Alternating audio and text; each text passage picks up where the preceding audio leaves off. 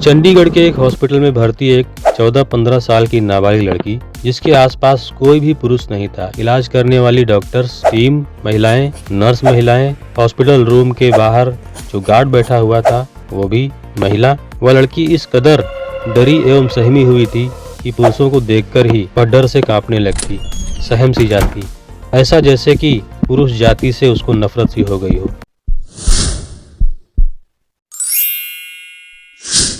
नमस्कार दोस्तों, यह कहानी महाराष्ट्र पुणे के एक थाने बनवाड़ी के एरिया की है। पुणे में एक थाना है बनवाड़ी। उस थाना क्षेत्रगत में एक परिवार रहता है, एक छोटा सा परिवार रहता है जो माली का काम करता है, पेड़ पौधों की रखवाली आदि करता है।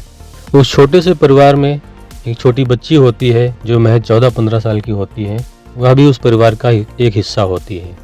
यह एक गरीब परिवार होता है एवं किसी तरह छोटी मोटी नौकरी, छोटा मोटा काम करके अपना गुजारा कर रहा होता है। यह लड़की अपने किसी दोस्त से मिलने रेलवे स्टेशन जाती है और उसका इंतजार करने लगती है। काफ़ी देर हो जाती है। जिस अपने दोस्त, अपनी फ्रेंड से मिलने वो लड़की गई थी, वो नहीं आया। इंतजार करते करते लगभग रात के 10 बज जाते हैं और अब वह निराश हो चुकी थी, हताश हो चुकी थी। देर काफ़ी हो चुकी थी, रोड पर सन्नाटा हो चुका था एवं किसी भी तरह का कोई साधन भी नहीं चल रहा था कि वह लड़की अपने घर पहुंच पाए। वह लड़की स्टेशन से निकल करके रोड पर जाती है और ऑटो का इंतजार करने लगती है। तभी एक ऑटो वाला आता है और वहां पर एक अकेली छोटी लड़की को देख करके रुकता है और उससे पूछता है, तुम्हें कहाँ जाना है, तुम यहाँ क्यों खड़ी हो? वो लड़की कहती है, मैं अपनी एक फ्रेंड से मिलने आई थी, वो आज यहाँ आने वाली थी लेकिन वो नहीं आई, देर काफ़ी हो गई है और मुझे घर जाना है लेकिन कोई साधन नहीं मिल रहा, मैं कैसे जाऊं? उस ऑटो वाले ने दया दिखाते हुए कहा कि आओ मेरे ऑटो में बैठ जाओ, मैं तुम्हें तुम्हारे घर छोड़ देता हूं। रात बहुत हो चुकी थी, आसपास कोई साधन भी नहीं था, कोई ऑटो भी नहीं था, लड़की के पास कोई और विकल्प नहीं था, इसलिए वह बैठ जाती है। ऑटो वाला ऑटो लेकर के चलता है। रात काफ़ी हो चुकी थी। कुछ दूर चलने के बाद वह ऑटो को सुनसान एरिया की तरफ मोड़ लेता है और किसी अनजान जगह पर ले जाता है। सुनसान जगह में बनी एक झोपड़ी में ले जाता है और वहां लड़की को बंधक बनाकर उसके साथ रेप करता है। खुद तो करता ही है और अपने 12 दोस्तों को भी बुला लेता है और बारी बारी वो सभी लोग उसके साथ लगभग 48 घंटे तक रेप करते रहते हैं। आप खुद सोचिए दोस्तों, 14 साल की लड़की और 12 लोग 48 घंटे तक लगातार उसके साथ हैवानियत करते रहे, उसका रेप करते रहे। वह छोटी सी बच्ची रोती रही, चीखती रही, चिल्लाती रही, लेकिन इन हैवानों को उस लड़की पर बिल्कुल भी दया नहीं आई। लगभग 2 दिन बीत जाते हैं। वह लड़की बेहोशी की हालत में पड़ी हुई होती है, उसकी हालत बहुत खराब हो चुकी होती है। तभी उनमें से एक लड़के को दया आ जाती है और वह कहता है कि अब इस लड़की को छोड़ दो, नहीं तो यह मर जाएगी। फिर वो लड़का उस लड़की को अपने ऑटो में बिठाकर स्टेशन पर जाकर छोड़ देता है। लगभग 3 दिन बीत चुके होते हैं। लड़की के घर वाले थाना बनवाड़ी जाकर के एक कंप्लेन दर्ज कराते हैं, गुमशुदगी की रिपोर्ट दर्ज कराते हैं। लगभग आधी रात का वक्त था। वह लड़की स्टेशन पर अकेली थी। तभी वहाँ कुछ सफाई कर्मी होते हैं जो कि स्टेशन पर साफ सफाई करने का काम करते हैं। वो उस लड़की को देख लेते हैं। उस लड़की को देखते ही वो उसकी हालत समझ जाते हैं और वो भी वही जघन्य अपराध करते हैं जो उन लड़कों ने किया था। वो भी बारी बारी से लगभग 4 से 5 दिन तक उसका रेप करते रहते हैं, उसको बंधक बना करके उसका रेप करते रहते हैं। जब मन भर गया तो उसको एक ऐसी ट्रेन में बिठा दिया जो मुंबई से चंडीगढ़ की तरफ जाती थी।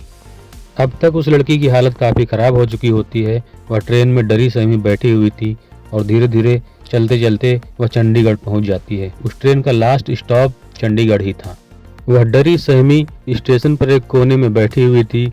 लोग आ जा रहे थे लेकिन किसी की भी नज़र उस लड़की पर नहीं पड़ती है। तभी एक जीआरपी के जवान उधर से निकल रहे थे, उनको अपने किसी काम से जाना था। उनकी नज़र उस लड़की पर पड़ती है और वो देखते ही समझ जाते हैं, उस लड़की की हालत देख करके ही समझ जाते हैं कि कहीं ना कहीं कुछ गड़बड़ है, इस लड़की को मदद की ज़रूरत है। वह उस लड़की से बात करने की कोशिश करते हैं लेकिन वह लड़की इतनी डरी हुई थी, इतनी सहमी हुई थी कि वह जीआरपी के जवान को देख करके डर रही थी और उससे दूर जाने की कोशिश कर रही थी। उस जीआरपी के जवान ने चाइल्ड वेलफेयर को कॉल किया और वहां से एक लेडी आती है। वह लेडी घंटों तक उस लड़की को दुलारती रहती है, एक माँ की तरह प्यार करती रहती है और धीरे धीरे कुछ ही समय में वह लड़की थोड़ा नॉर्मल होती है। फिर उसे हॉस्पिटल में एडमिट कराया जाता है। इलाज के दौरान जब पुरुष डॉक्टर उस लड़की के करीब जाते थे तो वह लड़की जोर जोर से चिल्लाने लगती थी, चीखने लगती थी। वह लड़की इतना डरी और सहमी हुई थी। फिर उस लड़की के लिए सिर्फ फीमेल डॉक्टर्स और नर्स ही बुलाई जाती हैं जो उसका ट्रीटमेंट करती हैं। इधर थाना बनवाड़ी की पुलिस काफ़ी एक्टिव हो चुकी थी क्योंकि नाबालिग लड़की का मामला था। वह खंगाल रही थी, जगह जगह छापामारी कर रही थी, लड़की को ढूंढने का पूरा प्रयास कर रही थी, लेकिन कहीं से भी सफलता नहीं मिल रही थी। तभी सीसीटीवी कैमरे खंगाले जाते हैं और उस रेलवे स्टेशन के एक सीसीटीवी कैमरे में उस ऑटो की एक वीडियो रिकॉर्ड हो जाती है जिसमें वह लड़की बैठकर जा रही होती है। फिर क्या था, ऑटो की डिटेल निकालते ही पुलिस उस व्यक्ति को धर दबोचती है और जमकर पिटाई करती है। सख्ती से पूछने पर वह व्यक्ति सब कुछ उगल देता है और अपने सभी उन 12 दोस्तों के नाम बताता है। फिर एक एक करके पुलिस उन 12 लड़कों को भी पकड़ लेती है।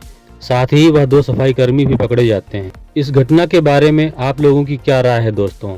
मैं सैल्यूट करता हूं उस जीआरपी के जवान को, मैं सैल्यूट करता हूं उस महिला कांस्टेबल को और मैं सैल्यूट करता हूं उन डॉक्टर्स की टीम को। उस लड़की का अच्छा ख्याल रखा और उसे ठीक किया।